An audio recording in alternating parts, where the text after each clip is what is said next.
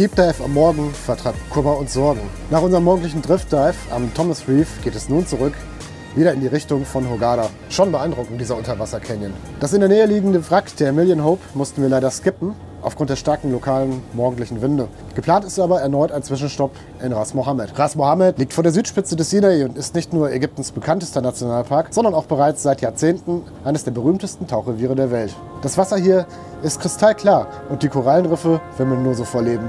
Aufgrund des Zusammentreffens von der Suezstraße, des Kanals von Aqaba und der offenen See versammelt sich hier die komplette Fauna des Roten Meeres zur Unterwasserparty.